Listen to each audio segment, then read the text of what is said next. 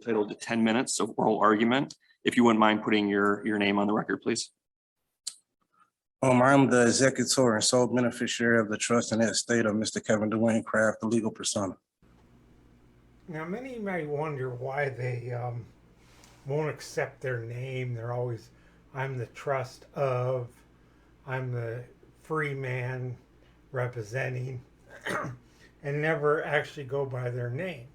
Well, the reason is a conspiracy theory that when you get your birth certificate and your parents sign that birth certificate, that you are now, because America's debt is paid by you and the wages you're able to make work and the taxes you're able to bring in, that the government owns you because of your birth certificate. And so they won't go by the name, because then that they consider the birth certificate a contract, which we know it isn't. It's just proof of birth. Your name is the name your parents gave you. And the whole thing about all being in capital letters, which just about every driver's license is, it's just because it's more legible that way. That's the only reason. Having your name all in capital letters really doesn't mean anything.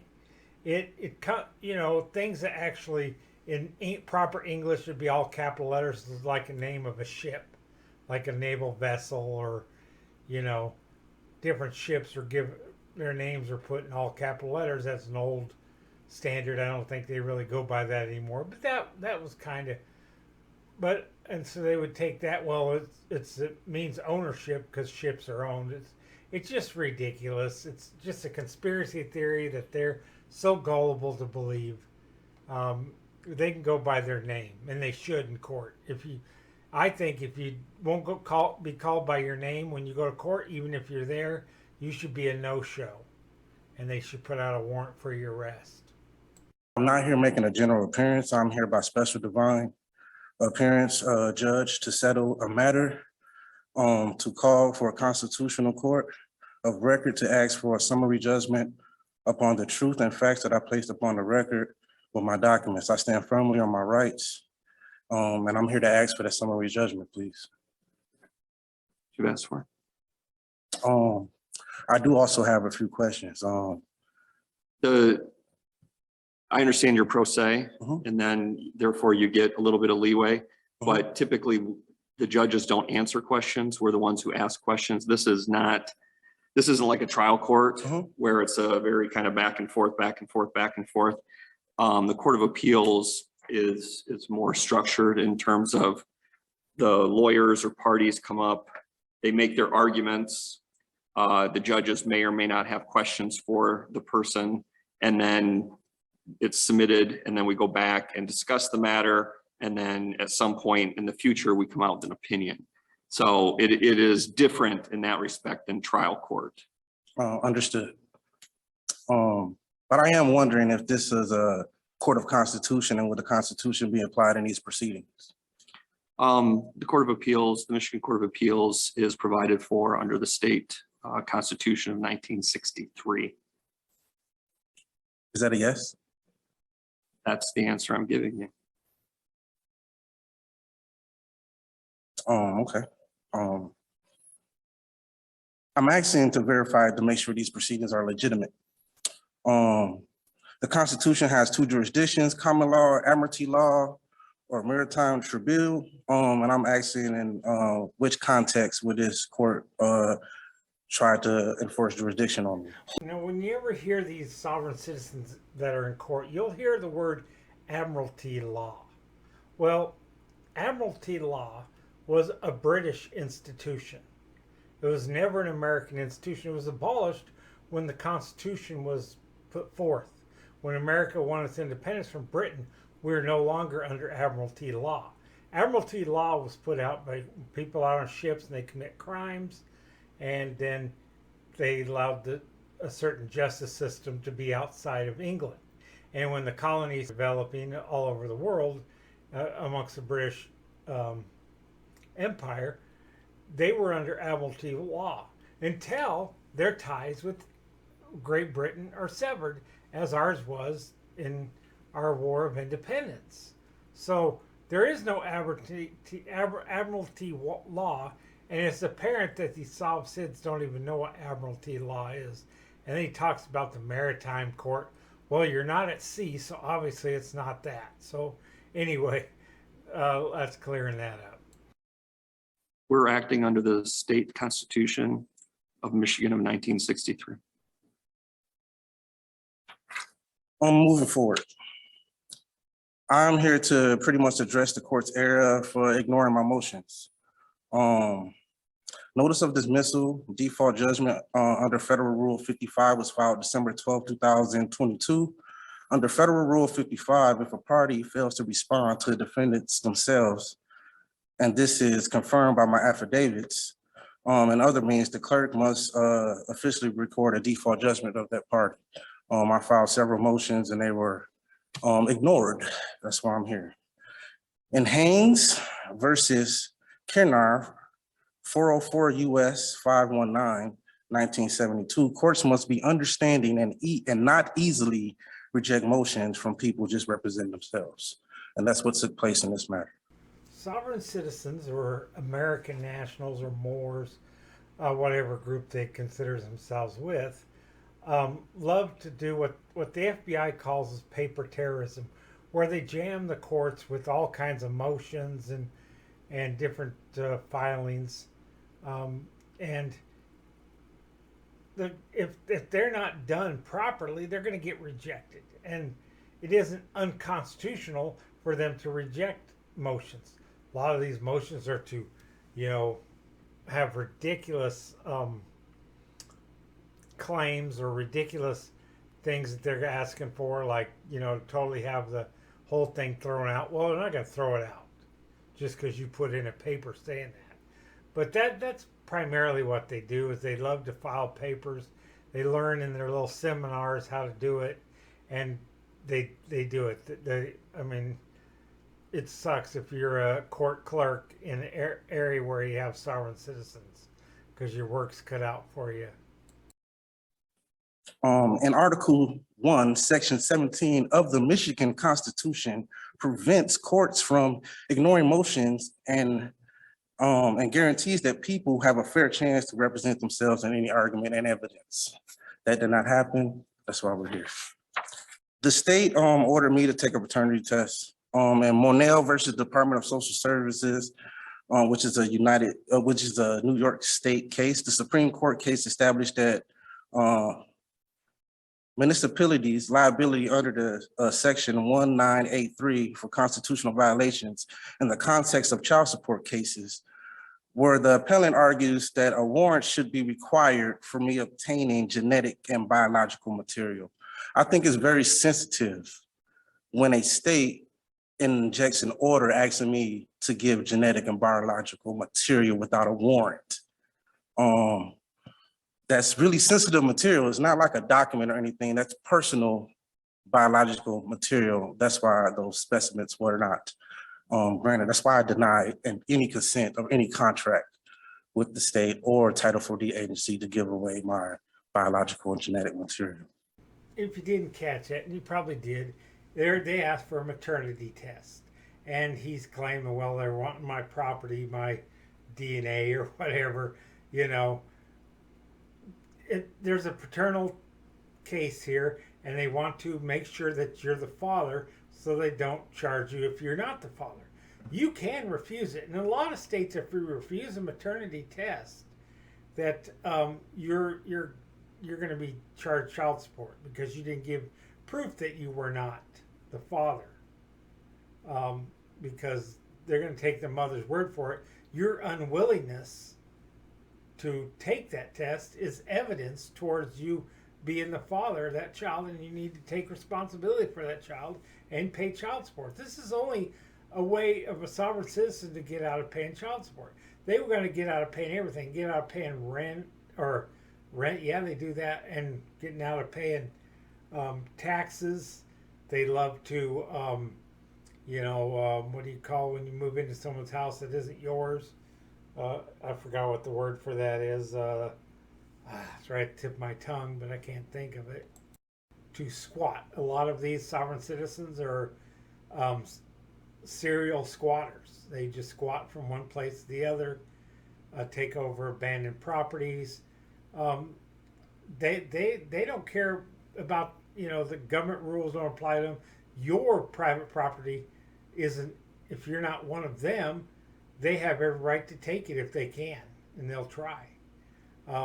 That's the whole thing of sovereign citizens. You have no right to my property, but they have right to your property. They're the worst violators of trespassing that I know.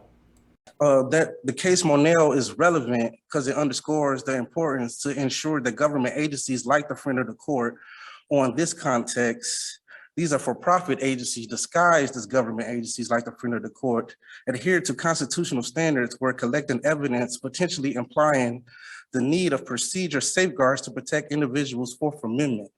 That's why I asked, was this a constitutional court? The asking for genetic material is protected by my Fourth Amendment right. The Fourth Amendment protects individuals from unreasonable searches and seizures and safeguards one's privacy and assurance that any such search is conducted within the boundaries of legal requirements. The court is actually doing you a favor by offering a maternity test, because if this isn't your kid, then you will have proof to take in court. That's the whole purpose of it. It's to protect you as much as anybody else, unless you have something to hide, and then your motives of not taking the maternity test is because you don't want to pay for your own child. So, what more can I say about that? I see that they're not here today, and that's some questions that are raised, and those were my concerns. On August 11, 2022, the Kent County ordered an appointment for me for genetic and biological testing. In a testing laboratory, DNA Diagnosis Center is a business, and I can prove it's a business because I have their Dun and Bradstreet numbers, 877-184226 for the record. They also said, when I thought this was funny, the state of Michigan stated that it would pay the cost of the genetic test. And if I wasn't excluded, that I would be responsible for that cost. And with that being said, that set alarm.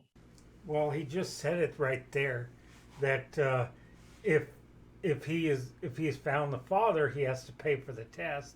If he doesn't, it's free. And yes, these tests are done by private companies. A lot of things, a lot of the drug tests are done by private companies. There are private prisons out there. Texas is full of them. More and more prisons are going private. So it saves the taxpayers money, and it provides a business opportunity for other people out there. That's the bottom line here. It doesn't really matter how they go about doing it. I mean, in some states, they hire private companies to drive school buses for the public schools. It's not uncommon. And there's another side note. In the state of Michigan, if you're in a custody battle and you're detesting that you're not the father, then the state can require you under state law to make you take one of those tests. And it's nice enough that the state doesn't charge you if the test is negative that you're not the father. But if you are the father, you pay for it. I don't think it's very expensive anyway. The state of Michigan is also a business. And with them fronting the cost for me, that presented an alarm for me because I don't choose the contract with the state of Michigan. I don't choose to do business with them in this regard with another business. It seems like a coercion of some sort for them to upfront the cost if I was going to be responsible. I do not consent to that business arrangement.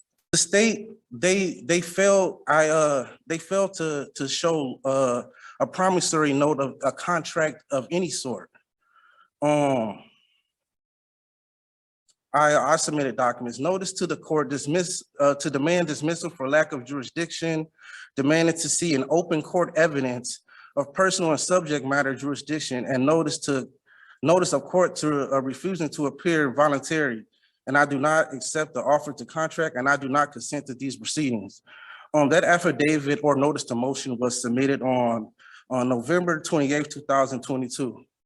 So again, I'm just bringing up the point that I submitted numerous of documents asking for clear evidence or asking for due process, also asking for quite frankly, to be transparent with what's happening.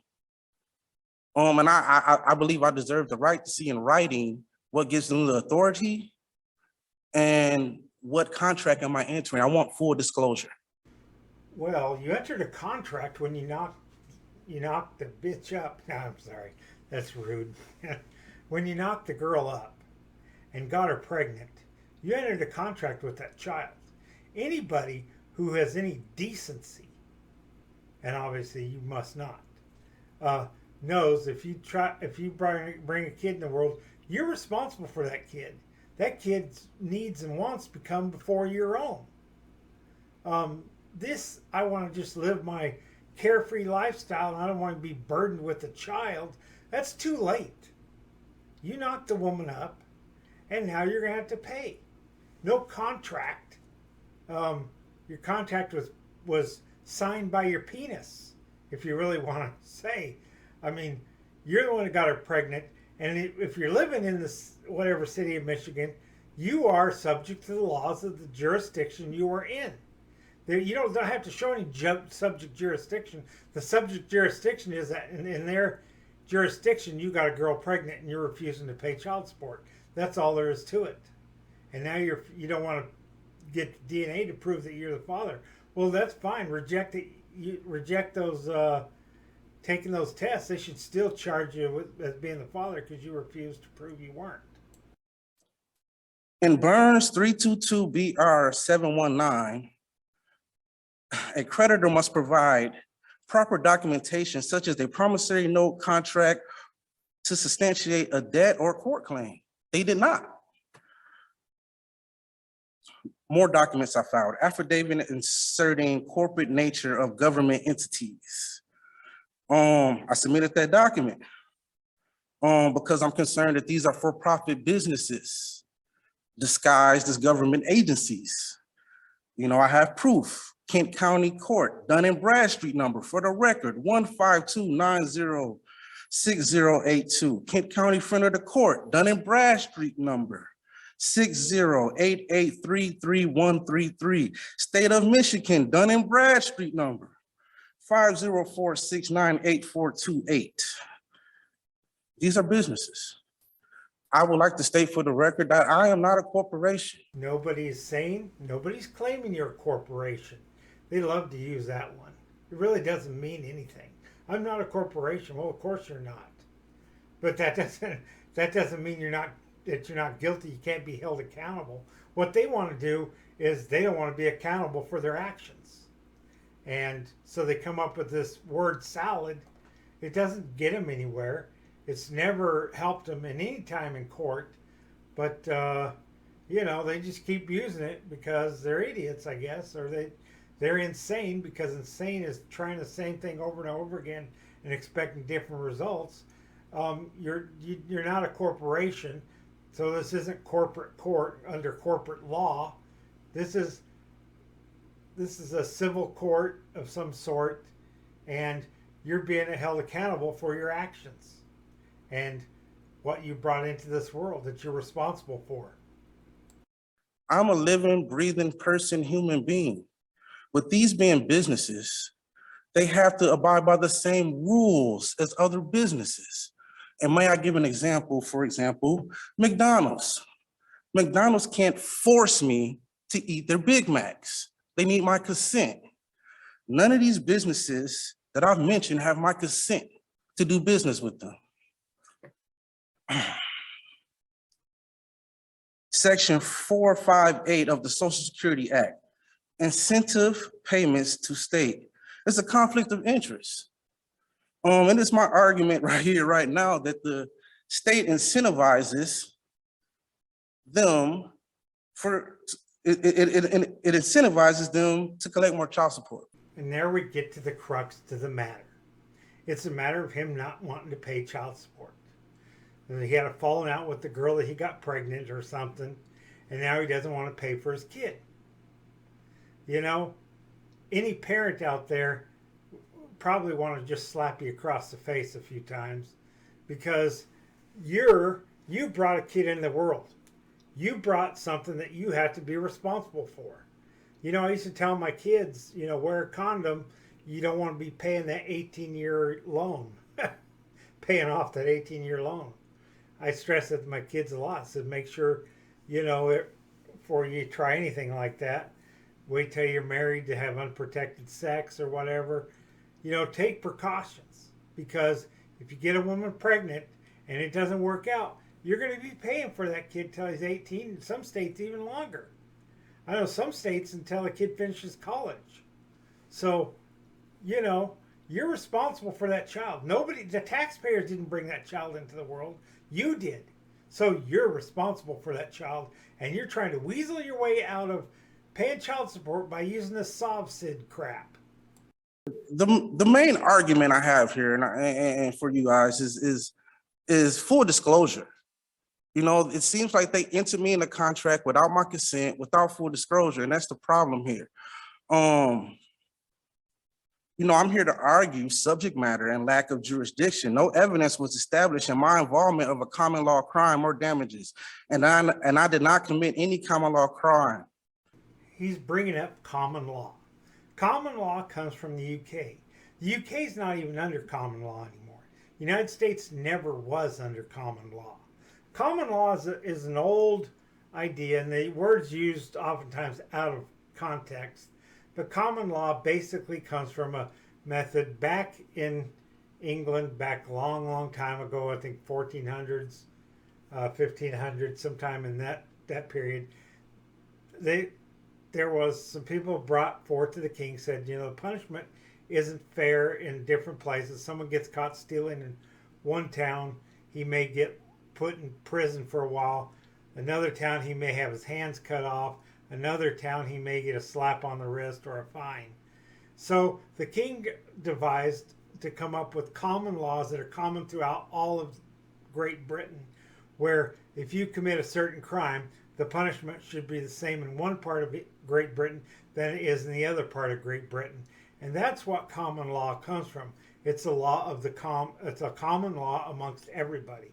Now they have a better system, laws on the books and all that kind of stuff, and your representatives will argue over laws and vote laws into existence and get rid of old laws that no longer apply and things like that. But that's what common law is.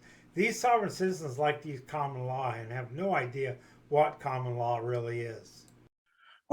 Notice of court to refusing to appear voluntary, and I do not accept these contracts, and I do not consent to these proceedings was another motion or notice to motion that I submitted 11/28/22. And it's basically evidence they didn't provide any evidence of an injury or injured party. And Mr. Kraft, you're out yes. of time. We understand that you raise issues of disclosure, Yes. jurisdiction, remedy, and as I indicated, your brief, as with all the appellants and appellees we have here today, the briefs that you submit are kind of the key issue or the key tool that we use to resolve cases. And so I just want you to know, we have your brief. Mm-hmm. We're going to go back. We've had research attorneys look at it. We're going to look at it again. We're going to discuss your case. And then you'll get an opinion from us sometime within the next few weeks. If I may, one last thing. You've got, if you can do it in 20 seconds. I can. The government must prove charges beyond a reasonable doubt with clear evidence, especially when making the claims against someone. And I'm asking you guys right here, right now, they did not provide any evidence against me. And I will ask you to dismiss this without prejudice. They did, in fact, ask for evidence against you when they told you to go take a test to see if that child was yours. And that's all you had to do. Go take a simple test. If you're not the father, they won't charge you for it. The courts will dismiss the case. It'll be all over with. The fact is, you don't want to pay child support. You want the taxpayers to pay for your child. You don't want to pay for the child yourself. You don't pay taxes, so you're not a taxpayer. You want to burden the people you are screwing by not paying taxes to pay for your child. And the court is saying, no, You're going to pay for your child, and that's what you're in there playing all your word salad and filing all your papers to the courts. It's not going to change the fact that you're a deadbeat father, the worst kind of father out there.